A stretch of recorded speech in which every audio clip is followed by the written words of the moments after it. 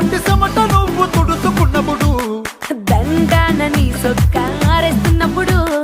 నీ ఒంటి వాసన తెగ గుర్తొచ్చినప్పుడు, రెండు చేతులెత్తి జుట్టు ముడిసినప్పుడు, జండు కత్తుకొని పడుకున్నప్పుడు, అలసిపోయి నువ్వు ఆవలించి